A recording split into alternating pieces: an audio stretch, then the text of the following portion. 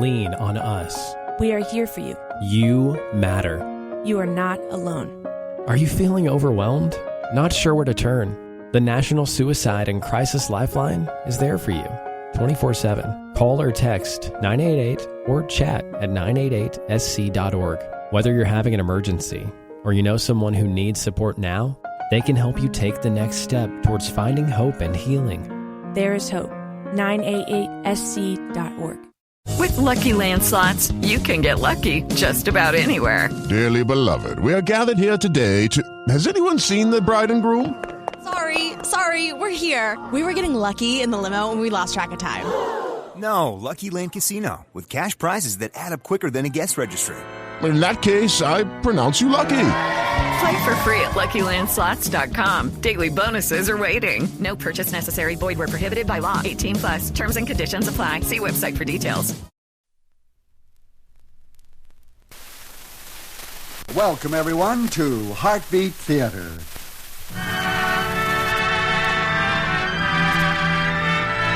This is your host, C.P. McGregor, inviting you to be the guest of the Salvation Army for the next half hour. Our star this week is Paul Frees.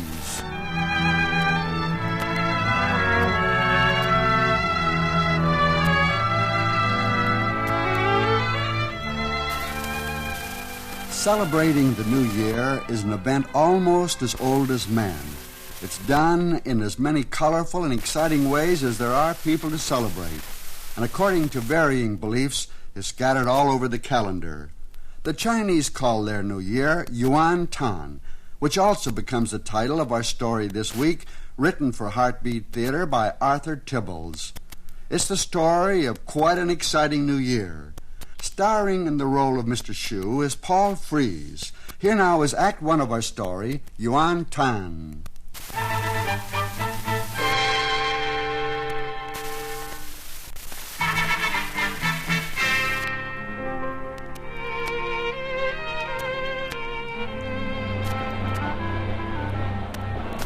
Yuan, Chinese New Year's. This year, the Year of the Lion.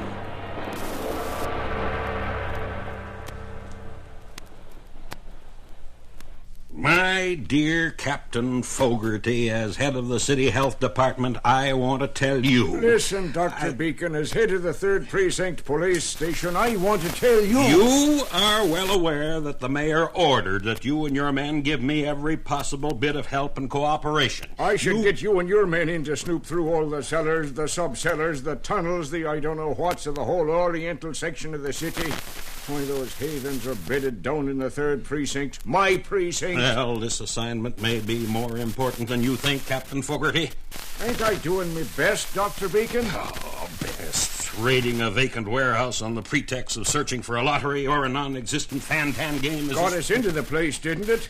Your boys had a first-class look-see. Yes, we had a first-class look-see and found exactly nothing. Well, you didn't think old man Shu would be that dumb.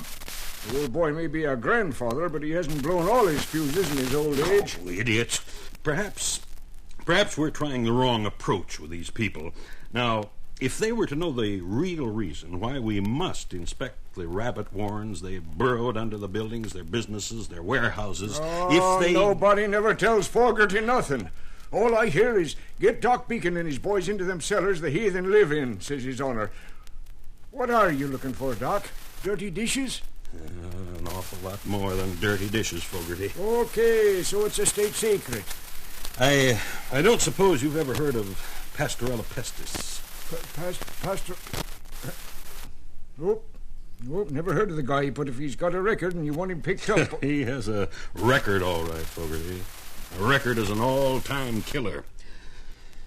Captain, Pastorella pestis is a bacterium. Huh? What you call a germ. A germ carried by fleas that infect rats. If a flea carrying that bites a man, well, bubonic plague. Plague? Like the Black Plague? Bubonic plague is the Black Plague, Captain. Black Plague? Why, say, Doc, there ain't been none of that stuff around since a sailor from a newly arrived ship came to emergency last week. You can't mean... An intern with at least an ounce of brains called Dr. Allen and Dr. Bigby. You swallow all this malarkey, Doc? Oh, my dear Fogarty, if it only were malarkey.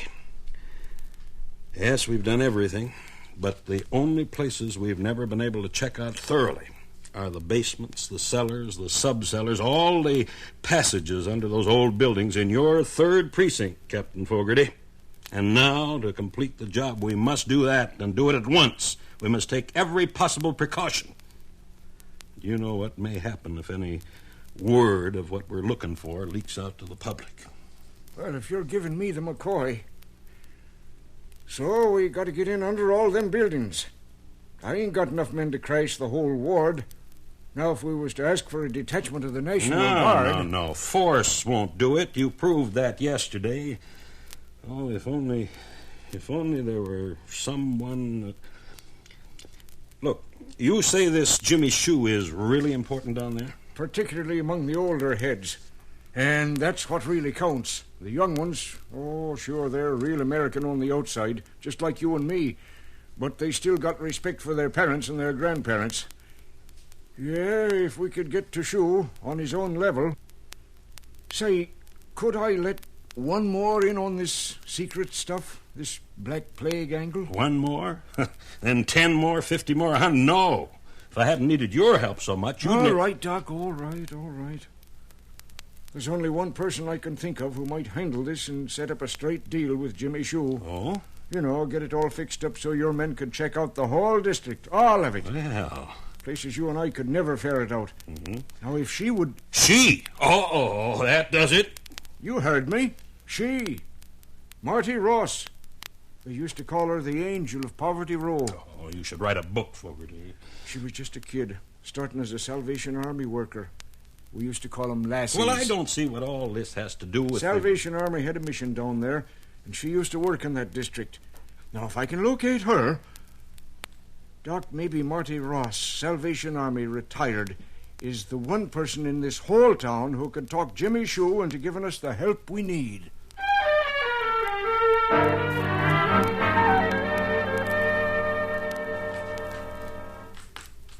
Grandfather, if I'm not bothering you...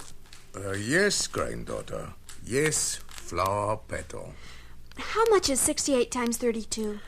68 times 32... 2,176, little one. How can you do arithmetic so quickly on the abacus, Grandfather? You have the answer before I can even write down the figures and begin to multiply. Bead arithmetic is my way, flower petal. To use pencil and paper to mark down each figure, to calculate in such a fashion, we call that written arithmetic. To use the abacus so... to push the beads back and forth on the frame in which they are mounted. This we call bead arithmetic. Well, an electric adding machine is easier than either way. I concede, little granddaughter, that modern machines are wonderful things. So quick, so convenient, so accurate. But, flower petal, modern machines make the brain slothful. Grandfather, why can't you call me Flora? That's my real name in school and every place else. Impetuous, you child. Of course your name is Flora. In every place except your grandfather's home. But as I grow old, I grow sentimental. As you know, your grandmother's name was Flower Petal. You were called after her. Was she lovely, Grandfather? Really, truly lovely? Yes, she was lovely, like the flower petal whose name she bore. Grandfather, how did you get to know each other? She was so far away and you were here. Did you... Luella Fong says, and she swears it's true of lots of girls in those days, did you buy Grandmother?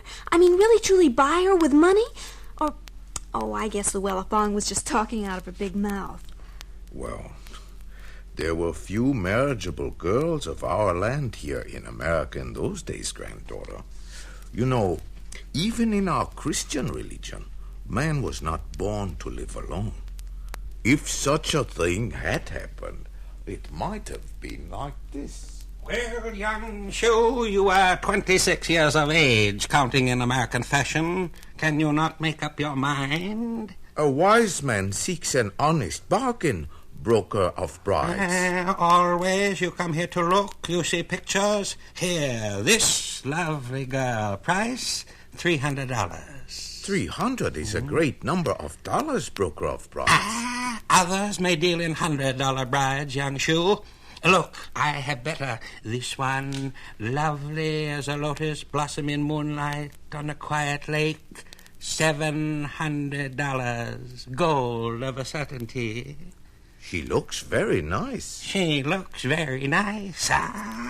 50 years from now, you might have so much as $700. 50 years from me. It is not alone a matter of price, broker of brides. It is not alone. You have $700? Gold? I can pay such a price as we agree upon in gold. Oh, you would pay a great price for a true pearl, for a bride with all of these, for a heavenly blossom who could even make conversation in this uncouth language of the barbarians among whom we dwell, for a bride who could speak English?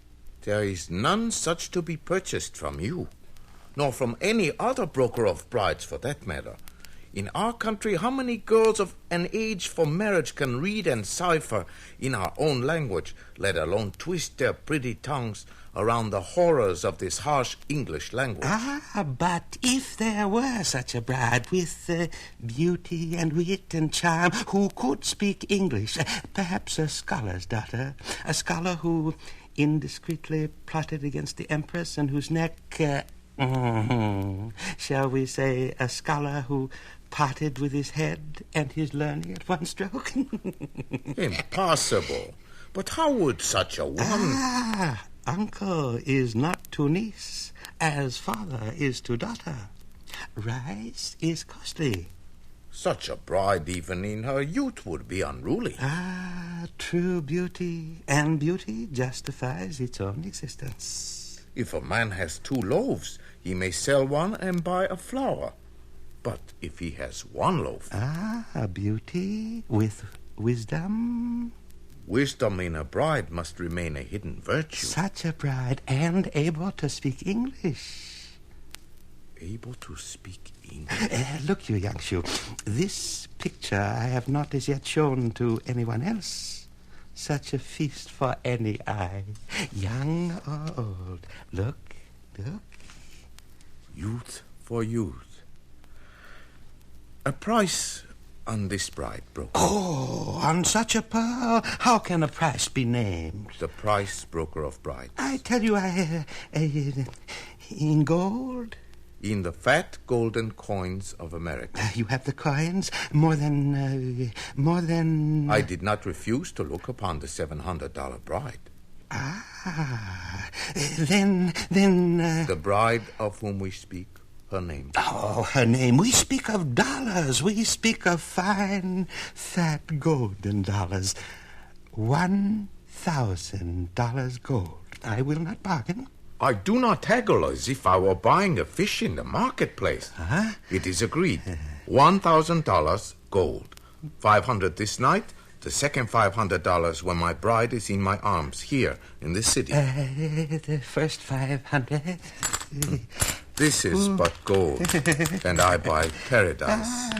This bride will arrive soon, in 1 month, perhaps 2. The ship which bears her is now upon the great ocean. She will arrive for New Year's. Yuan 10, our New Year, not the just past New Year of the barbarians. And this will begin the Year of the Lion. She will arrive, young Shu. She will arrive. And her name, broker of brides? Her name, young Shu, her name is Flower Petal.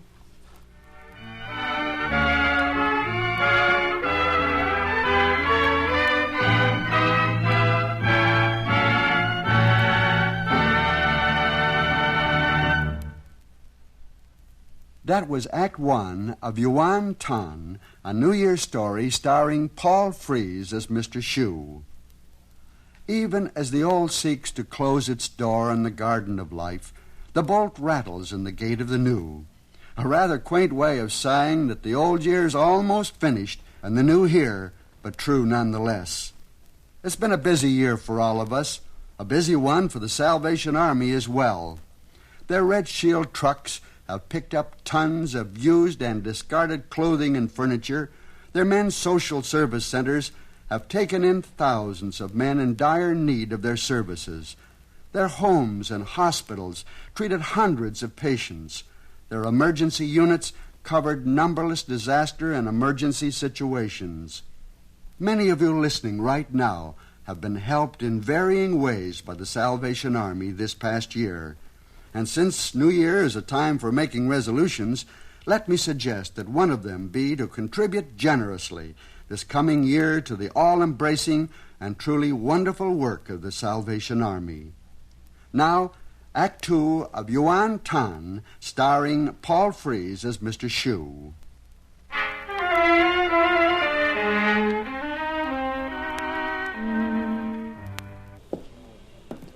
Officer Fogarty, will you come down to this end of the counter, please? You'll see, Mr. Shu, I'm quite certain this policeman is a very fine young man, and you can trust him. But this is contrary against your law. The law he must enforce. What is it now that a fine young Salvation Army lass and this heathen rascal? Shu, what have you been plotting? Oh, sir, we do not plot. We... Mr. Shu, do let me explain. And from the goodness of my heart, you're after knowing that I'll not refuse an odd favor. Well, it's like this. Mr. Shu here is going to be married. Oh, the marvel of it. No doubt it's bridesmaids you'll be looking for, huh? And now, forgive me, miss, I see it's dead serious you are. Well, you've come very close to the heart of the problem, only it's the bride Mr. Shu is searching for. Ah, there's so few girls of his country in this town that it'd be a difficult thing to misplace one of them. Well, she's not exactly lost. Well, then... I scarcely know how to explain this. You see... Well, Mr. Shu's quite certain his bride-to-be is at number 24 Dixon Street. Well, then it'll be no trouble at all for Mr. Shu to waltz over there, take her by the hand and... There seems to be a little trouble. Trouble, huh? Well, I suppose fathers are the same in any language. But there's little I can do about this, ma'am. Parents have certain rights. This is not her father.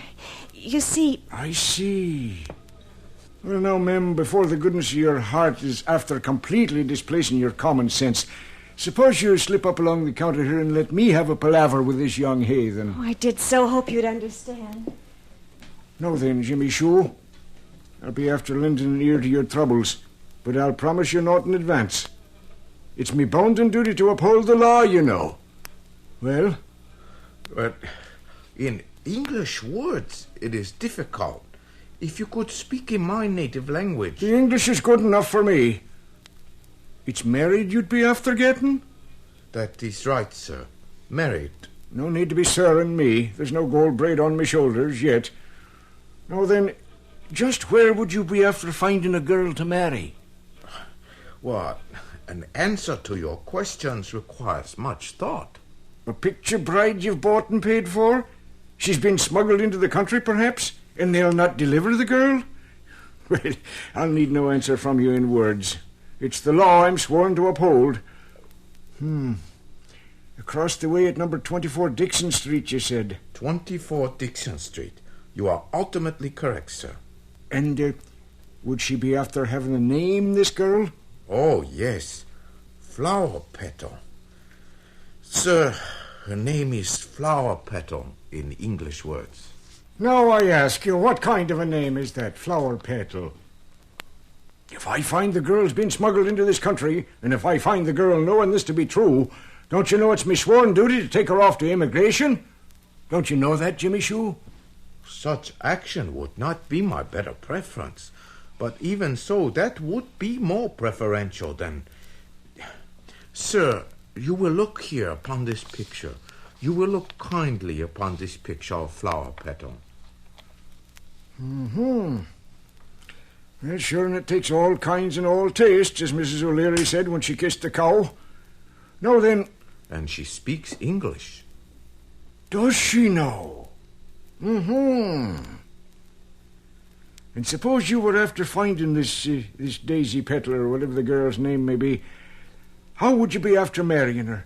Is there some kind of church you fellas have of your own down here? From Salvation Army, I have come to believe sincere in Christian. Flower Petal will do as I tell her. Yeah, there's a bit more you need learning about women, indeed. We will marry in Christian and legal manner of America. But if you send Flower Petal... You there, my pretty Salvation Army lass? Oh, you can be of some help to Mr. Shue, Patrolman Fogarty. You don't think there'll be any trouble if you find this girl. You know... Now, ma'am, don't you bother your head a bit. 'Tis but one thing I'll ask of you. I'm after knowing you've served many a cup of coffee at your Salvation Army mission. But do you suppose you could tend this bit of a hole-in-the-wall cafe while Mr. Shue and I step across the way to number 24 Dixon Street and investigate the small matter of Mr. Shue's intended? Oh, I can run an entire chop suey parlor single-handed if you can help Mr. Shue. Do hurry, Mr. Shue. You won't get in any trouble, Officer Fogarty? My judicial presumption is that a girl who speaks English rather than some outrageous heathen tongue is bound to be a citizen. And it would not be for the likes of me to be carrying me investigation any further, always presuming we find Mr. Shue's daisy blossom.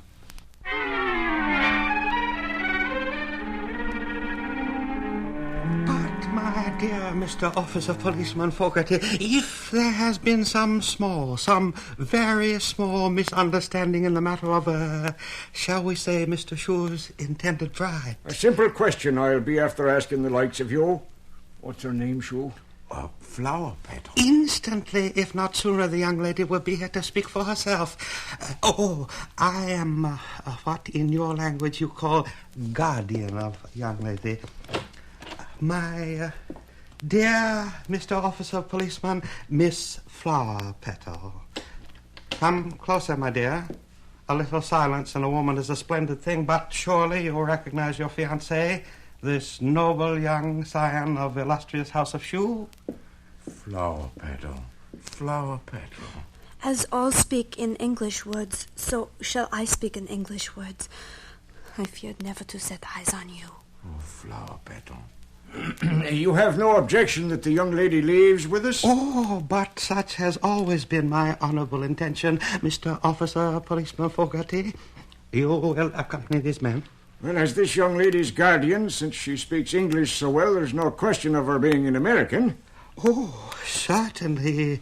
The officer policeman can judge well for himself in such matters. 'Tis not a matter that gravely concerns a simple patrolman pounding a beat. Well, come along.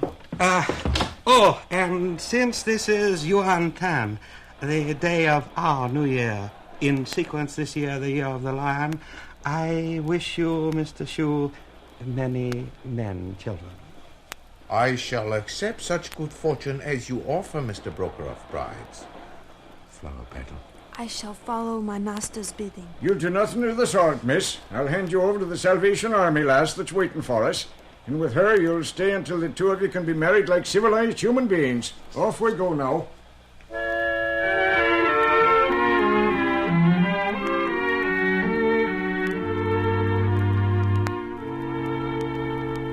It does seem incredible, Dr. Beacon. I thought the Black Plague was a thing of the past. Defeated, conquered, wiped out by the progress of medicine. Major Ross, it's been my experience that no disease is ever defeated. As in my work. The Lord's enemies never seem defeated. But you asked me for help? Yes. Captain Fogarty thought, ma'am, perhaps he can explain it better than I. I've outlined our problem. We dare take no chances. We must get into every nook and cranny of that congested district around Dixon and Earl Streets. Oh, but surely in this day and age you'd Well, have in some ways, Major Ross, things haven't changed much. Not from when I pounded a beat in the 3rd Precinct and you helped with the Salvation Army's open-air meetings, served coffee and donuts at the mission. I can recall that you ran an Oriental restaurant for an hour or so one evening. So I did, while you followed your captain's advice to administer the law with a nightstick And a liberal measure of common sense. Doctor, if you heard an Oriental girl speaking perfectly good English, you wouldn't feel called upon to suspect her of being a bought and paid for a picture bride now, would you? Yeah, I guess you're right, whatever it is, Captain Fogarty, but I don't quite see... What all this has to do with getting your men to check all over that district for rats? Major Ross will get the point. Major? Yes? Could you stand a little trip over to the 3rd Precinct with Doc and me?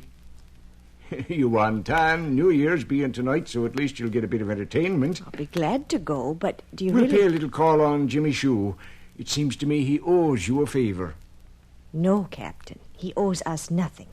It was good fortune that the Salvation Army was able to show Flower Petal and Jimmy the way. Well, I didn't mean it that way, just... You'd help us by asking Shue to help the doctor? I will always try to help. It's a cold night. I must get a heavy coat. Leave it to me to put me big foot in my mouth. Well, I'll give Shue a ring. Tell him we're dropping by. Give him time to letter up a few more wisecracks for him to translate for me.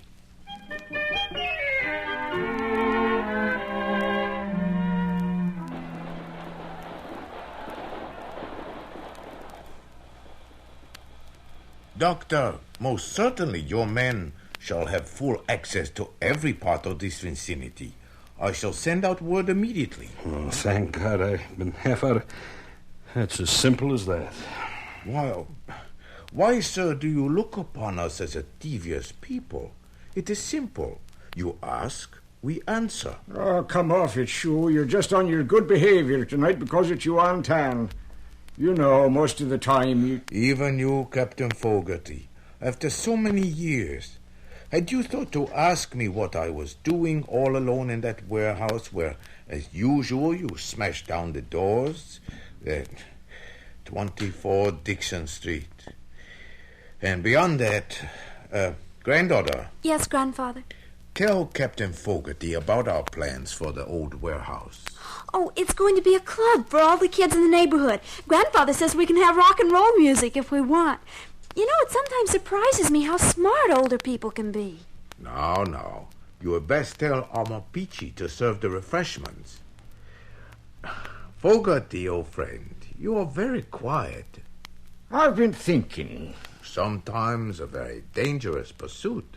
You haven't translated one of those writings of yours for me tonight. And you miss it, eh? Wait, I have brushed a very special one for you tonight. Actually, from one of our own philosophers, not one of yours. Here, I shall read it for you. Fate produces relatives. Friends we choose for ourselves. Friends we choose for ourselves. Sure, do you suppose we have been friends all these years, even though... There are many kinds of friendship. Now... I shall open the windows. Let in the Yuan Tan, the new year. Major Ross, you are thinking... Of many things. My work in the Salvation Army, the wonderful people I've known in my work. Now another year, a second new year, for ours was a month ago. But... Stand here at the window, Major Ross. You see the torchlights as the procession of Yuan Tan approaches? They make me think of the words you taught to Flower Petal and to me so very long ago. And God said, "Let there be light." And there was light.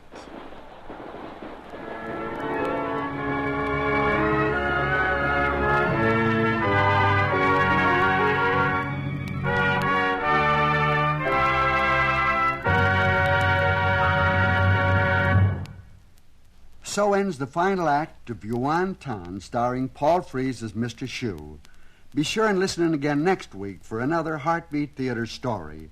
Heartbeat Theater is a presentation of the Salvation Army and has been chosen by the Armed Forces Radio Service for broadcast over their networks in Europe and Asia. Until next week, this is your host, C.P. McGregor, saying thanks for listening and a very happy new year to you all.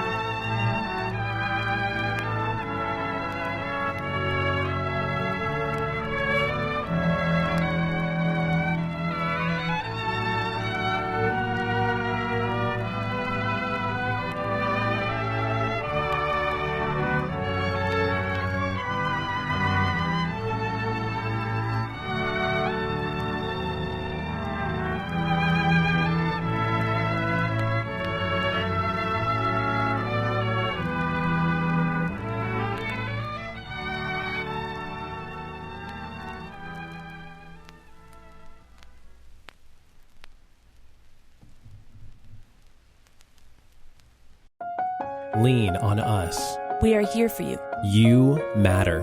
You are not alone. Are you feeling overwhelmed? Not sure where to turn?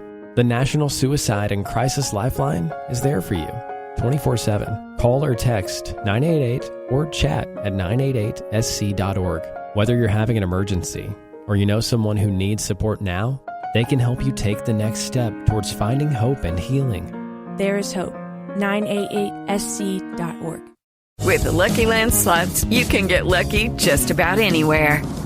This is your captain speaking. We've got clear runway and the weather's fine, but we're just going to circle up here a while and get lucky. No, nothing like that. It's just these cash prizes add up quick. So I suggest you sit back, keep your tray table upright, and start getting lucky. Play for free at LuckyLandSlots.com. Are you feeling lucky? No purchase necessary. Void where prohibited by law. 18+ terms and conditions apply. See website for details.